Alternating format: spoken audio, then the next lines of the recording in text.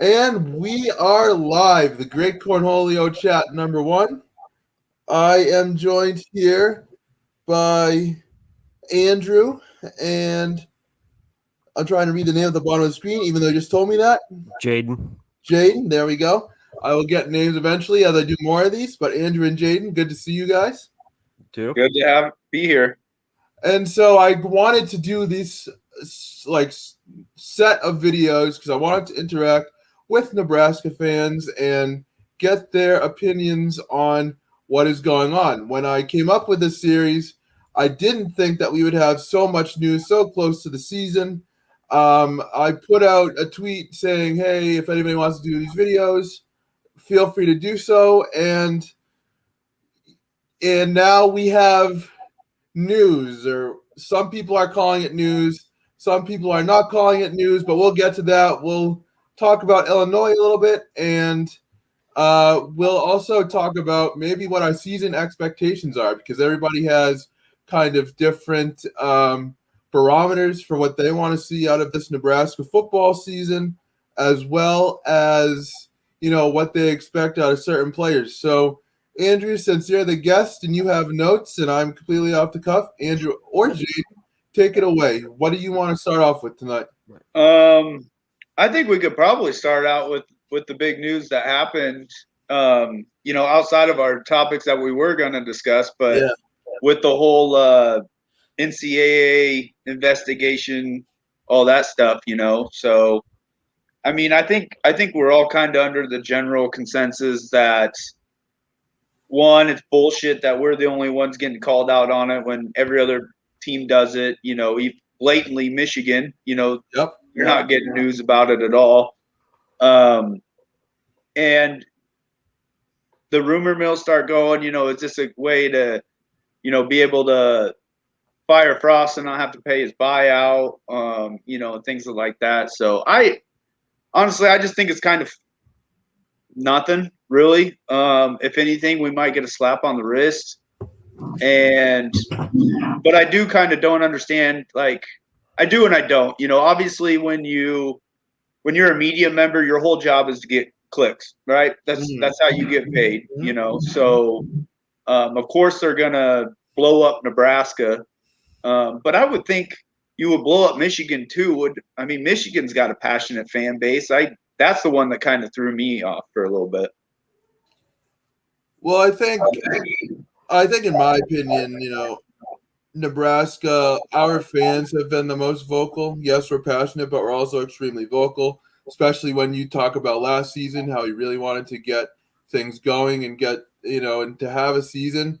And I will say that for every, good Nebraska fan out there on Twitter, like you guys, good Nebraska fans, there's also a bunch of assholes. I'll be honest. I've encountered, so many people that just like to stir the pot. And at some point, it's like sometimes their noise outweighs the good noise, I'll say. And so I can see why people are giving us shit. I can also see why, there's this whole kind of, I don't want to say uprising against Nebraska, but there's this perception that, Nebraska is kind of forcing things and doing too much. But this to me was a big nothing ordeal. I mean, workouts off campus, even though those weren't being investigated, those were mentioned in Brett McMurphy's report. And then the whole, what was it? The whole, so was it more or less like we Oklahoma game had scrimmage it, like we actually had practices, or just working out? Because just working out's not a violation, especially during COVID. When last year the only thing we really knew about COVID was make sure you stay healthy. Right. But it was off campus. With coaches, which is, they can work out off campus, but they cannot work out with coaches there. But what can like Zach Duvall, like what is he coaching? Like he's coaching them how to lift weights. You know what I mean? Like if all it was workouts, then he's pretty much telling them what they need to do. That's about it. The NCAA is very black and white. Like a strength and conditioning coach is a coach no matter what in their eyes. There's no room for wiggle room or whatever. And it sucks because they pretend to be this looking out for student athletes, yet student athletes can get benched for buying a cheeseburger. It makes no sense to me whatsoever. But anyway, so this to me, I'm more interested to see what they said improper use of special teams assistants. That was the other big violation in their eyes. And I want to know what the improper use was because special teams still sucked. So we're not gaining an advantage, with these special teams assistants because Rutledge was gone, I think, what was it, last year or this year? They all kind of blend in. They fired him after the year. Yeah. This past year. Okay. Yeah. And so I want to know what their illegal use of assistance was because, that infraction shouldn't have been. Somebody had to have ratted out on the Nebraska football program in order for this to become an infraction because how would anybody know about Nebraska's illegal supposed use of assistance without somebody's got a vendetta against Scott Frost. Yeah, that's what I'm wondering. And I don't want to say it's the media or a coach or whatever, but somebody's got something, against Scott Frost. And I think as the program continues to struggle to get wins, there are becoming more people like that. But I don't know. I'm interested to see what comes of that because hopefully we can kind of get an idea of who it was. I just wonder who it was. Yeah, let's find out who the fucking narc is. That's what I want to know. Well, you saw Lars Anderson's tweet today, right? Yeah. Yeah. So I think he knows something. I think something's going to come out eventually. Why now? Didn't we, Jaden? Didn't we see an article yesterday, a quote or something about Moose telling somebody about this? They just couldn't release it until after he was retired.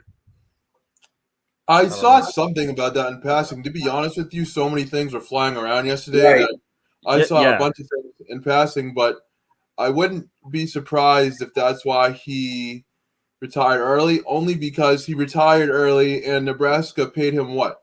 A couple $1 million to retire? Buyout of some sort? And so I wouldn't be surprised if he knew something or something happened and I think there's a number of reasons why Moose retired. You know what I mean? I don't think it's just one thing. No. Yeah.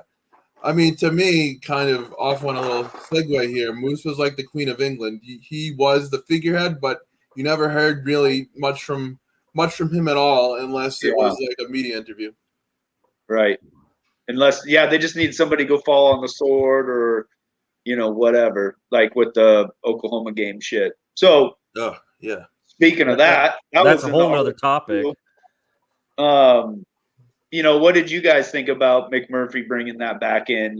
Obviously just clickbait because the shit's done over with. Why are we still playing the game?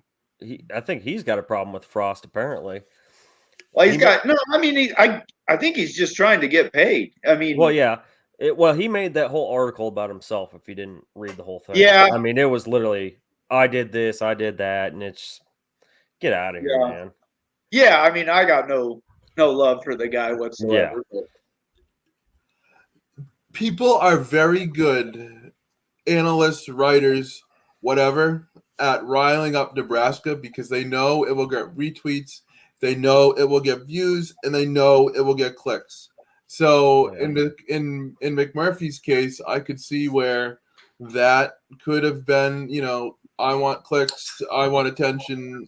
Let's bring up the Oklahoma game again. I could see where that could be something because it is almost football time, but not solely football time. So you need your quota. I get it. But the media, in particular, the Nebraska media, has been very good at kind of egging on the fan base because you saw this whole thing yesterday. It immediately blew up and was a topic for the entire day. I mean, why wouldn't you egg on the Nebraska fan base?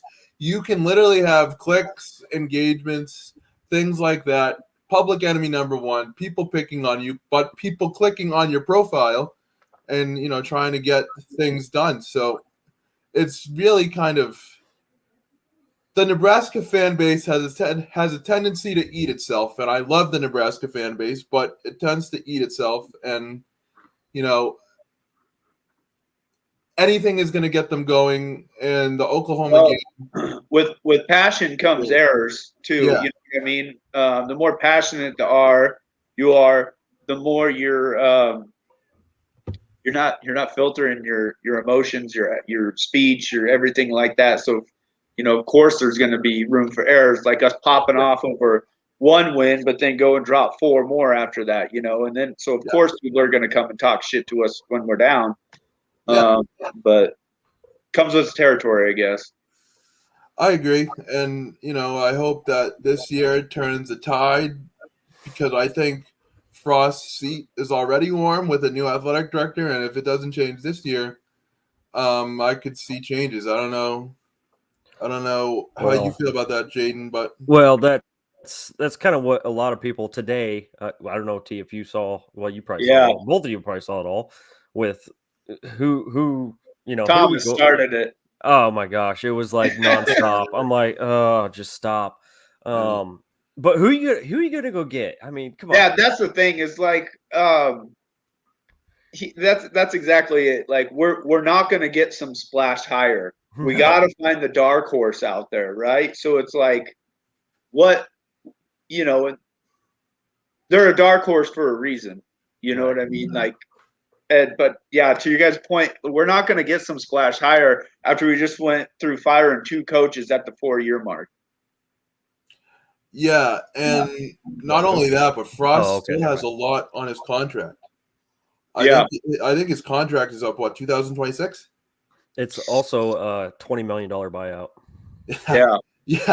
Yeah. So the Moose kind of put the Nebraska athletic department in a pickle with that contract. I was for it at the time because I believed in Scott Frost and I wanted to see him rebuild the program, and I still do. But should Alberts want to make a new, hire or a new decision, he's going to have some tough financial decisions to make, I think, down the road.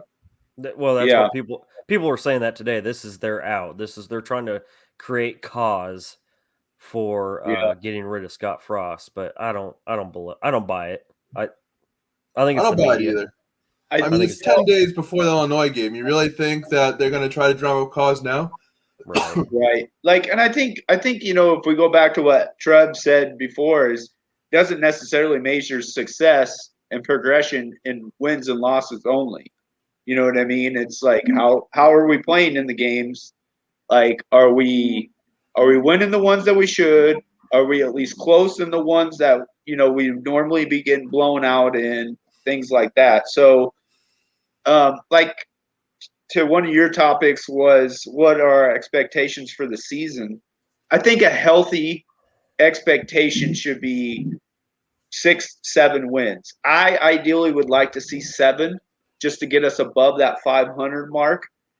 But even 6, just making a bowl game, we got to get there. And it's really sad that that's where we're at a program, is we just got to get to a bowl game, but it's where we're at, and we got to take the baby steps. We got to slowly get there, because obviously it's not going to happen overnight. We've seen that.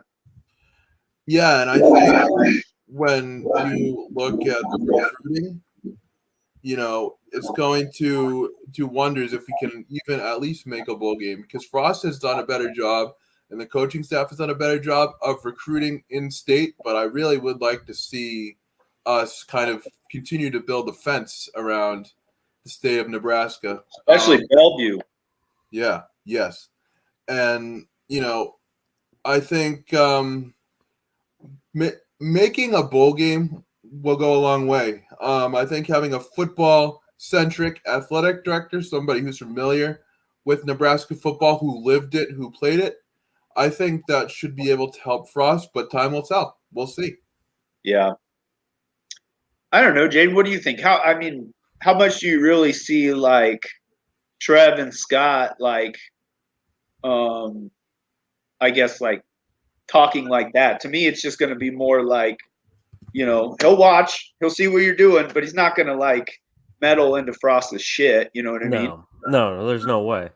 I don't see that happening at all. I think he's going to be a good athletic director. I really do. I think he's going to let all the coaches do their thing, and he'll sit back from afar and kind of observe. Yeah. And, I'm sure he'll be there at practices and see what's going on, make sure everything's kosher, all that. I don't see Trev Alberts meddling in anything, to be honest with you. I don't either. So, this is on Frost. If whatever outcome happens, it's on him, good or bad. You know what I mean? So he either gets all the glory or he gets all the shit. Just depends on what happens, I guess. And but I think he kind of knew that coming in too. I think he kind of knew, like, he knows what the expectations of Nebraska fans are. I don't think he envisioned himself being at this point by now, but I think the lack of getting Florida kids to stay and lack of, so many kids in the transfer portal, and this is not a Nebraska thing, and I'm tired of hearing that. This is an everywhere problem. But I think, so much movement and so much change, is this the year they finally have stability? Is this the year that they can finally count on kids to play? Is this the year that they're going to be able to develop kids that can stay, 3 or 4 years? Like, we've been missing a good chunk of stability for a while now. So I don't think you're going to see that anywhere anymore, stability, because say if a 4-star freshman comes in nowadays, they have that one-time transfer rule where you can transfer no questions asked. I think if they don't play within the first year, some of these guys are just going to be like, I'm out. I think you're going to see that everywhere. It's ruining the sport, to be honest. Do you guys think that the new kind of advertising deals and things like that could entice kids to stay in Nebraska, or do you think that's a move? I think that's about the only thing that's going to help us, honestly, until we start winning. I mean, NIL was like such a lifeline that we needed, while we're down, because look at how many people that we know are already going out buying all the merch right away, are already lining guys up to get sponsorships and everything like that. Like to the negativity of how passionate everything we are, also it comes the positivity, and this is the positive side of it. Is at Nebraska, we're gonna buy your merch, we're gonna buy your shit, so come here and you're gonna get paid. They're not gonna do that in Miami. They don't even know the kids' names. I mean, let's be honest. Although they don't have much else going for them in Miami these days, other than the Hurricanes and occasionally the Heat. So maybe, but you never know. You never know. And the city of Miami brings me nightmares when you talk about all the kids that we recruited from there, or the kids that we recruited from the state that couldn't stay. But anyway, that's a whole nother topic for another day. And do you guys have anything else you want to discuss? I mean, what I'm down for whatever. Whatever you guys want to talk about. Plenty. I guess maybe what you would like to see this year, overall themes, things that we didn't do well last year that we need to do well this year in order to succeed.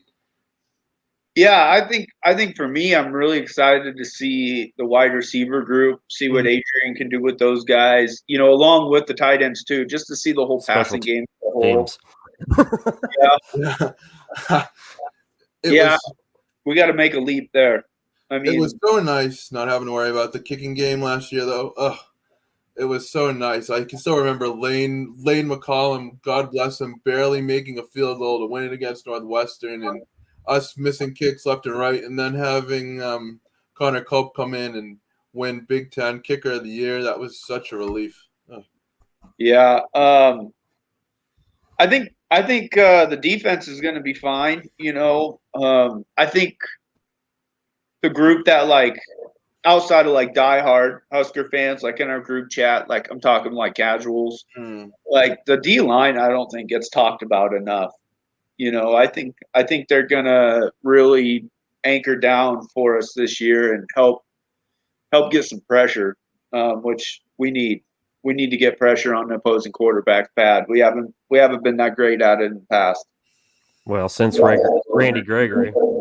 Right. Yeah. Been that long. I'm really looking forward to the linebackers this year. I think that's one of our deepest groups on defense. When you talk about guys like JoJo Doman, younger guys like Nick Heinrich, like those, a guy like Heinrich popped off the tape last year. Like when I saw him play, I think it was against Rutgers. Was a game I remember. He was all over the place, and so we have a good mix of veterans and young players, I think. Yeah, I mean, I'm excited to see what Blaise Gunnerson can do too. Oh yeah, that's right.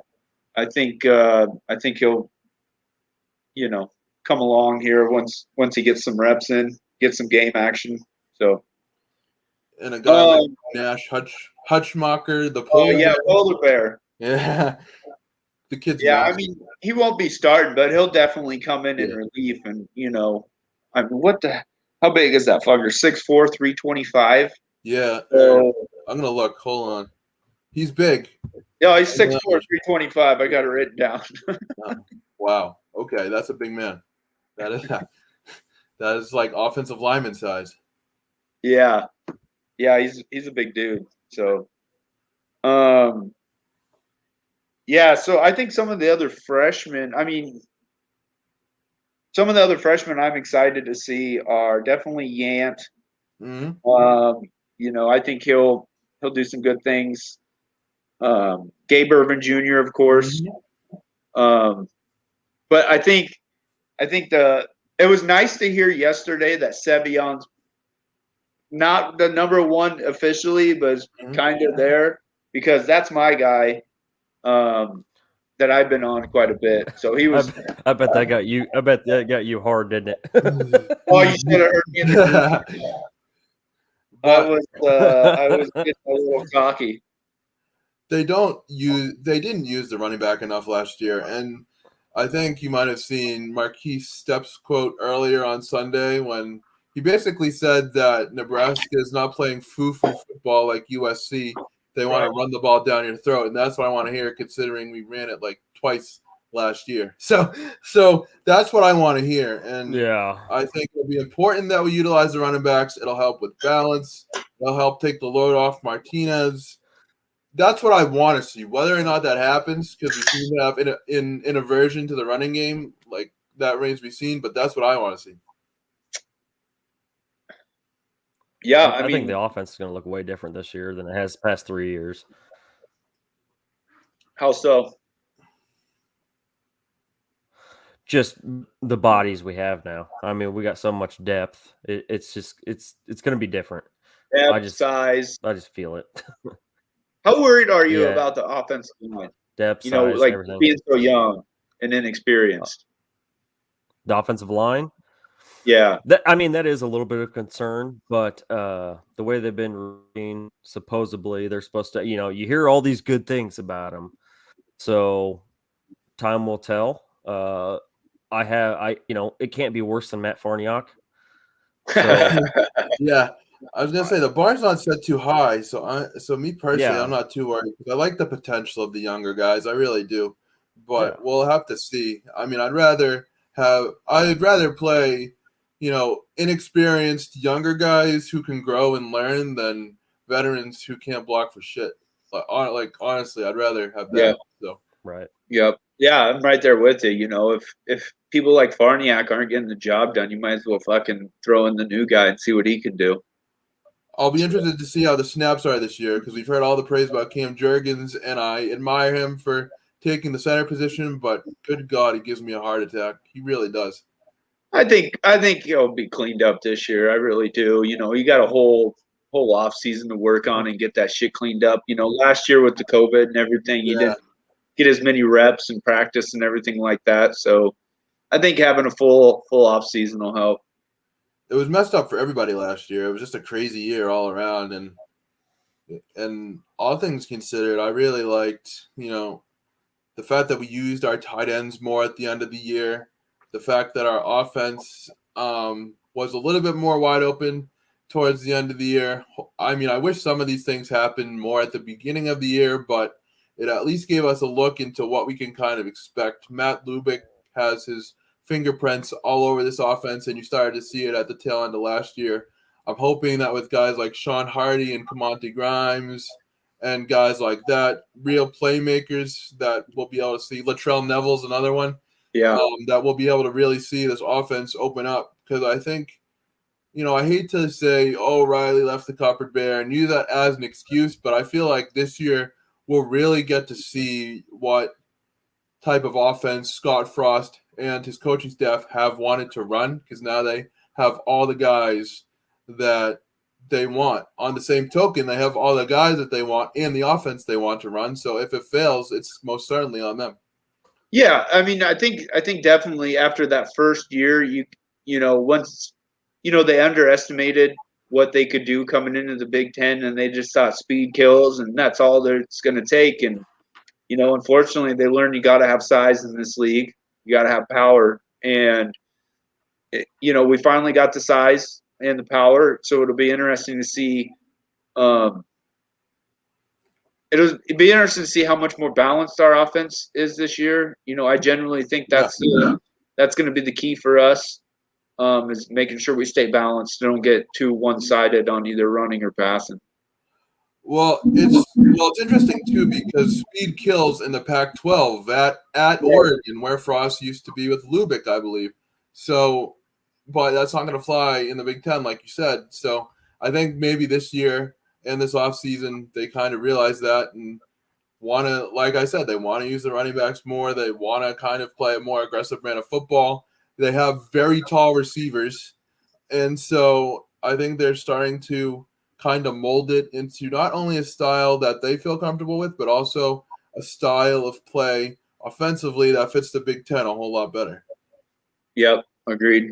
But, you just don't get those players overnight. And unfortunately, it's taken us a couple of years to get them. And with that being said, it's lucky we had a whole offseason with these guys to try and implement a different offense like that too, because just because you got the size and everything doesn't mean they're going to gel together either. So you got to get the reps in all off season and get all the practices in that you can, and hopefully we'll see a difference this year. I hope so. I mean, I think it's important to have a game like Illinois before you take on somebody like Oklahoma, because that's not going to be easy. I mean, I'll be happy if we keep it, close at halftime, but I'm not expecting a ton out of the Oklahoma game. What do you guys think about having Illinois right out of the gate? Like, to me, I like it because I think it's better than starting with like a Fordham or whatever, because I think then we would do our typical Nebraska shit and just kind of fuck around, you know what I mean? And not really get up like we're supposed to. I think with starting with Illinois and starting with the Big Ten game, they got to start ready. They got to come prepared. They got to, they're not starting off with a glorified scrimmage, So outside of last year when we played Ohio State to start the season, right? Previous to, I guess you could say Colorado in 2018. Yeah, but the only other one I could think of was BYU, Riley's first year. Yeah, I like it. I prefer a more challenging game. Who wants to play?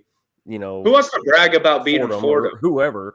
Yeah, right. Yeah, that's no fun for the first. No. This is actually fun playing a decent squad, a Power 5 squad, be it in your own conference, even better. I that actually gets me excited for the first week. Yeah, and the fact that Illinois kind of beat the shit out of us the last time around, I mean, they're no slouch. They can literally ground and pound it to the end zone. So I'll be interested to see what type of adjustments Nebraska makes this time around, because honestly, I think the way Illinois plays and the way they use their running game is the type of style that Nebraska's kind of gravitating towards. I don't know what you guys feel about that, but well, I think with Bielema coming in, He's definitely going to want to like eventually get this to Wisconsin style offense that he ran when he was up there, but that's going to take some time. And I think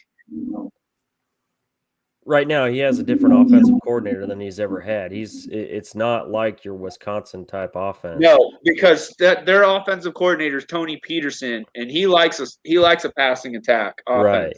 So it's going to be different. And you got Brandon Peters coming back a quarterback. I mean, not, he's definitely not on any watch list by any means, but at the same time, we can't sleep on anybody anymore. So we've kind of lost that right to sleep on anybody at this point. Yeah, they had another quarterback that was that super recruit. It was Williams. Isaiah Williams. Oh yeah. But he's now listed as a wide receiver. So that's probably good news for us because we suck against running quarterbacks. It's awful. Yeah, we do big time. Good news though, both of the immature babies are gone. They're gone. Josh got drafted, and then his brother was a tight end, and he transferred to Kansas State. So they're gone.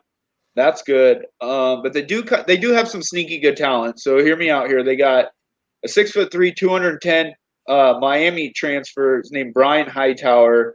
That's probably going to be their number one target at wide receiver. And then they also have a Notre Dame transfer named Jafar Armstrong. Mm-hmm. And then tight end, they have 6'4", 250-pound junior Daniel Borker. Boyker? I don't know. But he came and then also they got another transfer from Georgia named Luke Ford. So there's kind of some sneaky good talent there that we haven't played yet. So wasn't Hightower? It was between Miami and Nebraska, wasn't it? If I remember right. I believe so. Yeah. Yeah. Yep. So, but I mean, if he's transferring from Miami to Illinois, what does that really say? Hard to say. Could be a number of things. Where was he from? Is he from Illinois originally? Miami. Oh shit! Yeah. Why the fuck would you go away from your home? That's what I'm saying. What? Weird. As far as offensive line, they lost Kendrick Green in the draft, but other than that, they got a lot more guys coming back. So there's some experience there. They got 22 super seniors, the most. Yeah. Yep. So I mean, I think our defense can hold them. By no means am I scared of them, but we just gotta not do the typical Nebraska shit and beat ourselves with dumb penalties, dumb turnovers. In the red zone. That. Red zone, finishing in the red zone. Got to get touchdowns. That's where I'm hoping the running backs. That's where I'm hoping where we utilize the running backs and we don't try these funny quarterback draws. Just give it to Yant and let him fucking bulldoze up the middle. Right. Exactly. Yep. So Illinois' defense though, fucking trash. Dead last in the Big Ten in total defense last year. They allowed 467 yards and 35 points per game. So definitely nothing scary there. They got a new defensive coordinator that came from Missouri, and he's going to put an emphasis on the pass rush. But with that being said, I'm still not all that worried about them. They got a good pass rusher in this Owen Carney kid. But yeah, other than that, their defensive line couldn't do shit to stop the run last year. And while their corners are pretty decent, their safeties are absolutely atrocious. So the key for us on offense is we pound it down their throats until they can start watching for the run, and then we just go over the top and burn those safeties all day. I mean, their safeties is the absolute. I would say damn near weakest in a Power 5 team. They're bad. So that's where we attack. Yeah, and I think it all goes back to the play of the line, and can Martinez make those throws, and does he have confidence in making those throws? I think as long as we don't beat ourselves, like you said, I think we really do have a chance in this game. And I think the players and the coaches get the urgency of this game. A loss against Illinois sets a dismal tone for the start of the season. A win, means an upward trajectory and – possibly good things coming down the road.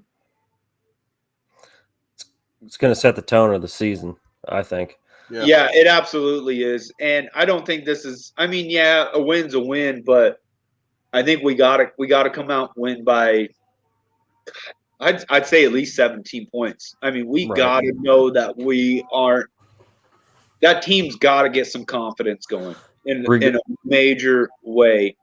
And so they got to come out and they got to make a statement. But then at the same time, they got to keep it on the gas pedal once they do that too, instead of slowing down and like they normally do. We've seen it before where was it that Purdue game last year, Jaden, where they were gas pedaling and then they let up and Purdue damn near comes back on us, and it's like it was also Penn State. Yeah. Penn State had every chance to win that game last year. Yeah, I think it was the Purdue game. I kept saying that, though. It was like, Jesus Christ, do not slow down. Yeah. So sometimes they just rest on their laurels, and the next thing you know, the other team's in the game, and they can't do that this year. Yep. Well, here's one. I mean, what do you guys think about the halftime adjustments and lack of? I mean, to me, it seems right. Do you think we finally see a change in that, or do you think we're still just going to keep doing what we do? Stick to the game plan. And to that point, do you think we didn't make adjustments because of quote unquote the talent that we had? I honestly don't know why they wouldn't make adjustments, especially if they're down at halftime. You would think, okay, we're doing something wrong. Let's do something. But it seemed like they always had a game plan for the whole game, and then they just stuck with it. Sometimes you got to go off script. Right, you got to go off script. So if it doesn't work, do something different. And I haven't seen that out of this coaching staff yet. I really haven't. Right. It makes them very easy to game plan against, and it makes it makes like I gather that Scott Frost is stubborn, and the fact that he won't make any halftime adjustments just kind of adds to that. If something's broken, you got to work on it and fix it. You can't just. Well, it makes me wonder why. I don't think. Like, I'm going to respectfully disagree with you there, because I don't think that he's like too stubborn to make the changes. I think there's something there that we're not understanding. Is that he didn't have the guys to run it the way he wanted to run it, so he had to stay stagnant in the calls that we were good at. Like, you get what I'm saying? Like, were they not as versatile as for us to make those changes and stuff like that? I can't say that you're not wrong, though, because I don't know. Maybe he is stubborn, and if he is, then shame on him, because he shouldn't be. So is this the year that we finally have the talent to be able to make those changes? I'd like to think that we have a lot more versatile athletes now, rather than just one. What's the word I'm looking for here? Just like one lane only type of athletes. Like, I'm only fast, or I'm only tall, or what I'm saying? Like, I think we got a lot more guys that are actual athletes rather than just position players, if that makes sense. Yeah, I think it does, and I think it's also true on the defensive side of the ball as well. So I'm hoping it all comes together this year on both sides, because this is a pivotal year. I mean, it really is. Yep, I agree. And so, what else do you guys have? Anything? I don't know. I'm just ready for the season to be, or for the game to get here. I think we've kind of said everything that we think, and it's just time to fucking do it. Get past this crap that's going on. Just get some football going. Let's Yeah. I can't wait. I mean, this feels like a shorter off season. I don't know about you guys, but it feels like this off season went so fast. Well, especially compared to last year. What was our first game last year? October. Yeah. I mean that was hard. But I'm ready. That was rough. That was really rough. I remember, me and you talking, and it was like, well, I mean, there's no point in doing a podcast if we don't have any games. That's true. So, it's like, what the fuck? It also helps when the guys are winning, and there were a couple instances of that last year, but nothing consistent enough to where it didn't feel like Groundhog Day over and over again. Yeah. I mean, we could have went winless last year if you look back at the games we actually won. Yeah. That's how bad it was. It's crazy because we were in that first half with Ohio State, and then something happened in that second half.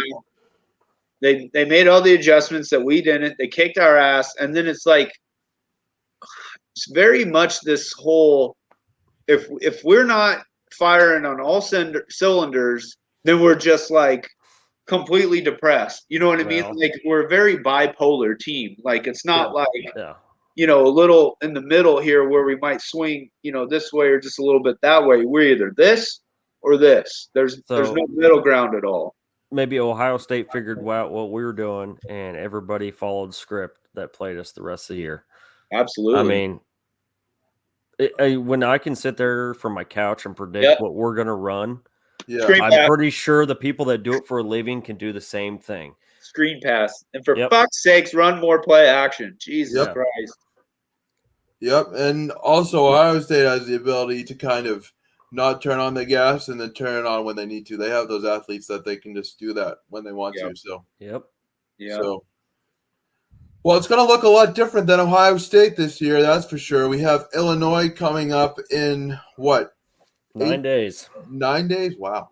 9 days. That day was Friday. Almost that Friday. It's been a hell of a week, that's for sure. It's always fun in Nebraska Twitterland. So with that, I think we're going to wrap up. And this has been chat number 1 of the Great Cornholio. I actually just watched Beavis and Butthead and thought of Nebraska when Beavis said his infamous Great Cornholio line. But hopefully I'll be watching Nebraska football very, very soon. And Andrew and Jaden, I would like to thank you for coming on. I'm definitely looking forward to talking with you guys throughout the course of the season.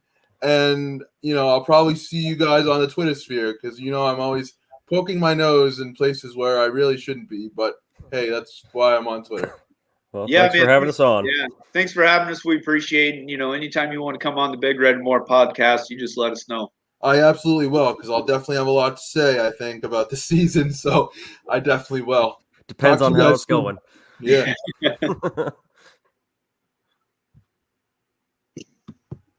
All right.